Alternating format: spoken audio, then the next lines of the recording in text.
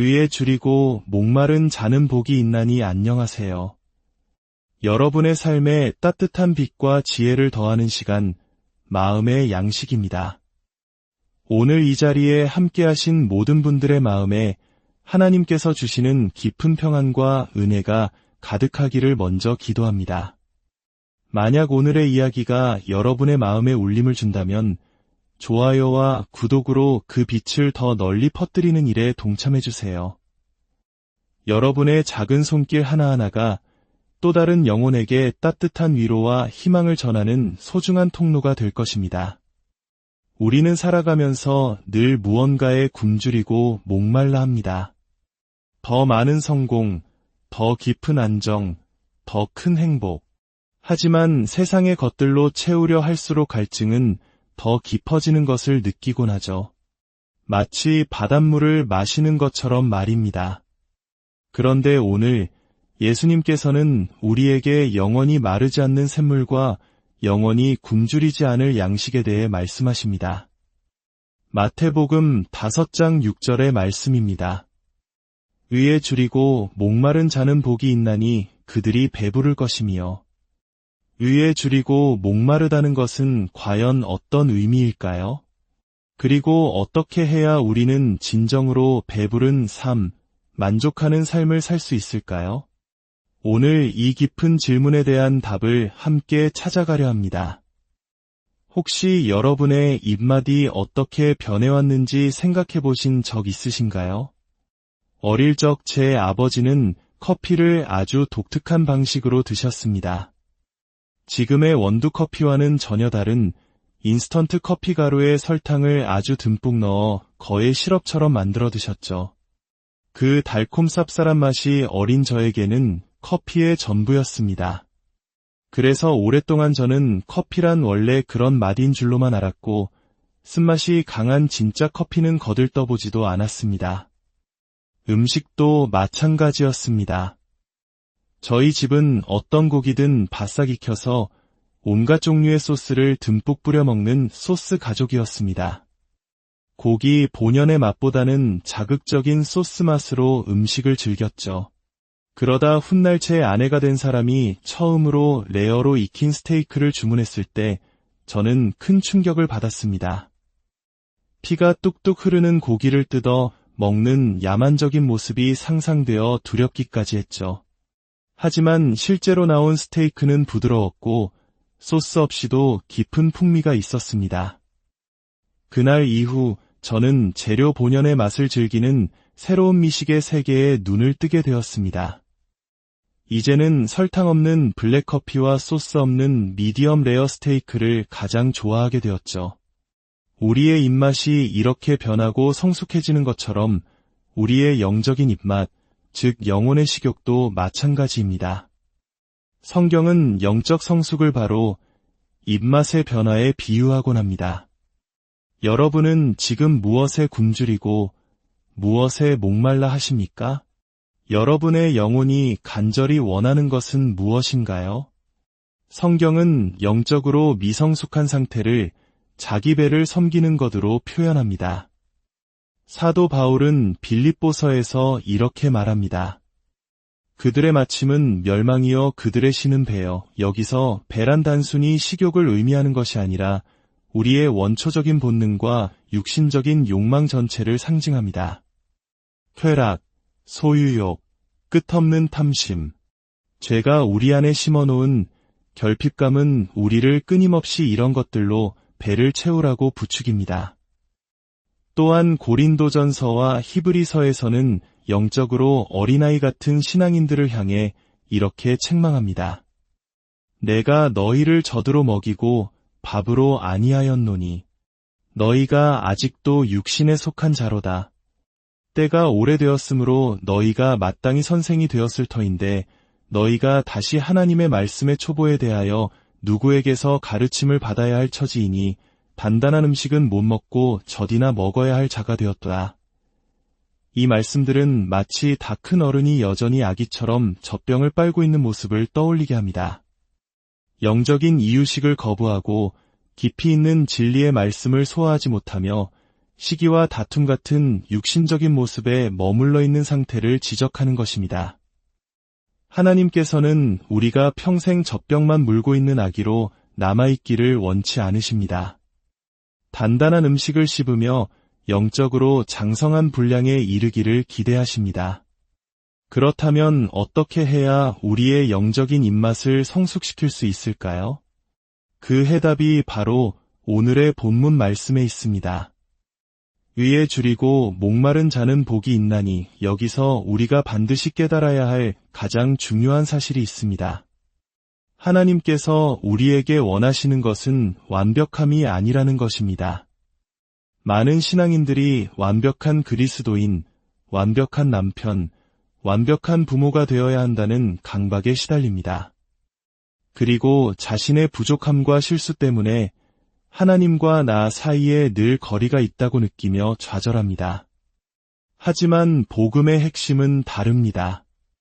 하나님께서 기뻐하시는 것은 우리의 완벽함이 아니라 의를 향한 우리의 굶주림과 목마름, 바로 그 갈망 자체입니다. 성경에 등장하는 믿음의 영웅들을 보십시오. 그들 중 완벽한 사람은 단 한 명도 없었습니다. 모세는 어떻습니까? 그는 분노를 참지 못해 사람을 죽인 살인자였습니다. 그런 그에게 하나님께서 약속의 땅이라는 풍요로운 선물을 주시겠다고 했을 때 모세는 무엇이라고 대답했나요? 주께서 친히 가지 아니하시려거든 우리를 이곳에서 올려 보내지 마옵소서. 모세는 하나님의 선물이 아니라 하나님의 임재 자체를 갈망했습니다.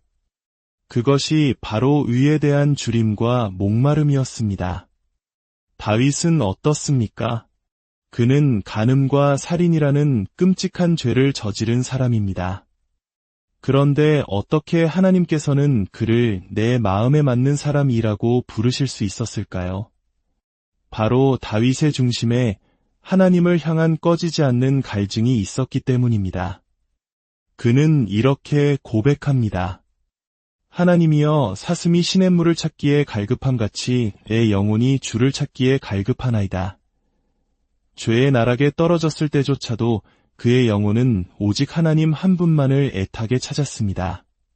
하나님께서는 우리의 완벽한 성적표를 원하시는 것이 아닙니다. 넘어져도 다시 일어나 그분을 향해 손을 뻗는 우리의 중심, 그 갈급한 마음을 보십니다. 그리고 약속하십니다. 그들이 배부를 것이며 그 갈망을 친히 채워주시겠다고 말입니다. 그렇다면 오늘 우리의 삶 속에서 이 거룩한 배고픔과 목마름을 어떻게 키워나갈 수 있을까요? 4가지 실제적인 방법을 나누고 싶습니다. 첫째, 성경을 수동적이 아닌 능동적으로 읽어야 합니다. 성경 읽기를 신문이나 잡지를 읽듯 혹은 의무적으로 숙제를 해치우듯 해서는 안 됩니다. 능동적인 성경 읽기란 성령님의 조명하심을 구하며 책을 펴는 것입니다. 하나님, 오늘 이 말씀을 통해 하나님이 어떤 분이신지 제게 보여주세요. 그리고 하나님 안에서 제가 누구인지 알게 해주세요. 제 삶을 향한 당신의 뜻을 깨닫게 해주세요. 이렇게 기도로 나아갈 때 말씀은 살아 움직이며 우리에게 말을 걸어옵니다. 우리는 말씀을 통해 변함없는 하나님의 사랑과 신실하심을 발견합니다. 졸지도 주무시지도 않으시며 우리를 지키시는 그분의 능력을 깨닫게 됩니다. 그리고 동시에 원수의 가장 큰 무기인 정죄감과 속임수를 이겨낼 힘을 얻습니다. 너는 부족해, 너는 실패자야 라는 사탄의 속삭임이 들려올 때 그리스도 예수 안에 있는 자에게는 결코 정죄함이 없나니 나는 하나님의 사랑받는 자녀여 존귀한 자라는 진리의 말씀으로 맞서 싸울 수 있게 됩니다. 이것이 바로 능동적인 말씀 묵상의 능력입니다. 둘째, 우리가 알고 있는 것을 순종해야 합니다. 지식과 삶 사이의 간극을 줄이는 것이 중요합니다. 우리는 머리로는 많은 것을 압니다. 용서해야 하고 사랑해야 하며 정직해야 한다는 것을 압니다. 하지만 실제 삶에서 순종하기를 미룰 때가 많습니다. 저는 이것을 지연된 순종이라고 부릅니다. 하나님, 나중에 할게요. 지금은 좀 바빠서요. 하지만 하나님의 능력을 가장 생생하게 체험하는 순간은 우리가 우리의 안전지대를 벗어나 믿음으로 순종의 발걸음을 내디딜 때입니다. 순종은 우리를 하나님의 은혜와 능력이 흐르는 통로로 세웁니다. 여러분의 삶에 하나님께서 오랫동안 말씀해 오신 순종의 영역은 없으신가요? 오늘 그 작은 순종을 시작할 때 우리는 하나님께서 주시는 참된 만족을 맛보게 될 것입니다. 셋째, 거룩한 갈망을 일깨우는 관계를 우선순위에 두어야 합니다.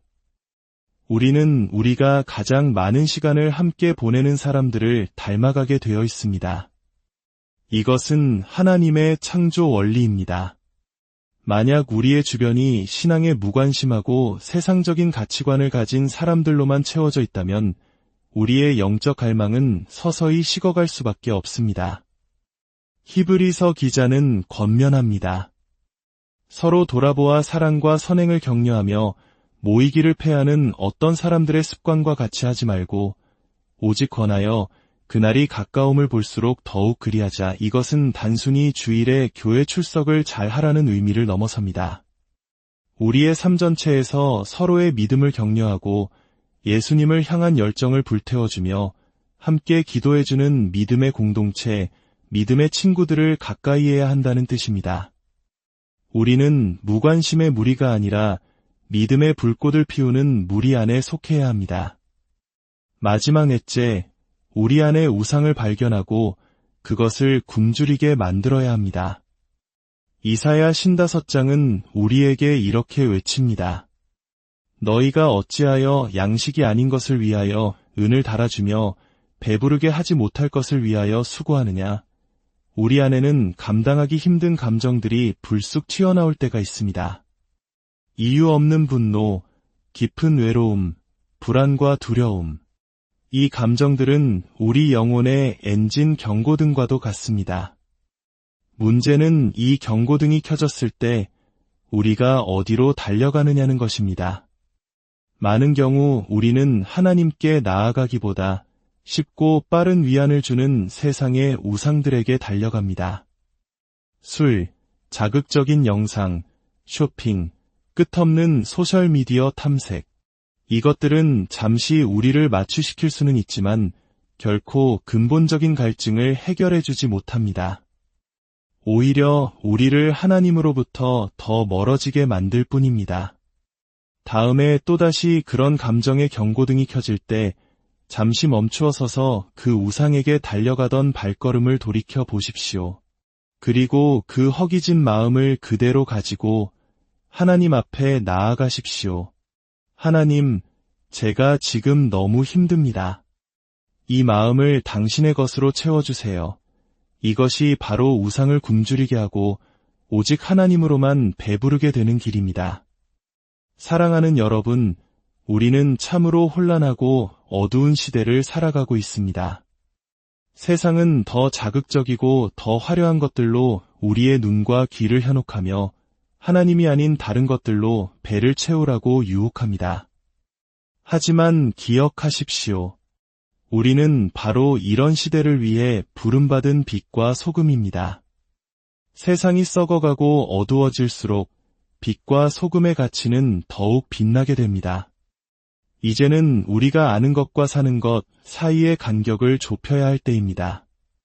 오늘 당신의 영적 갈망을 키우기 위해 무엇을 시작하시겠습니까? 말씀을 능동적으로 읽는 것입니까? 미루어왔던 순종의 발걸음을 내딛는 것입니까? 믿음의 친구들과 더 깊이 교제하는 것입니까? 아니면 당신을 만족시키지 못하는 우상을 굶기는 것입니까? 이 시간 잠시 눈을 감고 기도합시다. 하나님 아버지, 세상의 헛된 것들로 채우려 했던 저희의 공허한 마음을 주님 앞에 내려놓습니다. 저희 안에 의를 향한 거룩한 배고픔과 목마름을 회복시켜 주시옵소서. 완벽하지 않아도 괜찮다고 그저 갈망하는 마음으로 나아오라고 말씀해 주시니 감사합니다. 이제 저희가 주님의 말씀을 살아계신 하나님의 음성으로 듣고 기쁨으로 순종하며 믿음의 사람들과 함께 서로를 격려하게 하옵소서. 세상의 우상이 아니라 오직 주님만이 저희의 영원한 만족이 되심을 고백합니다.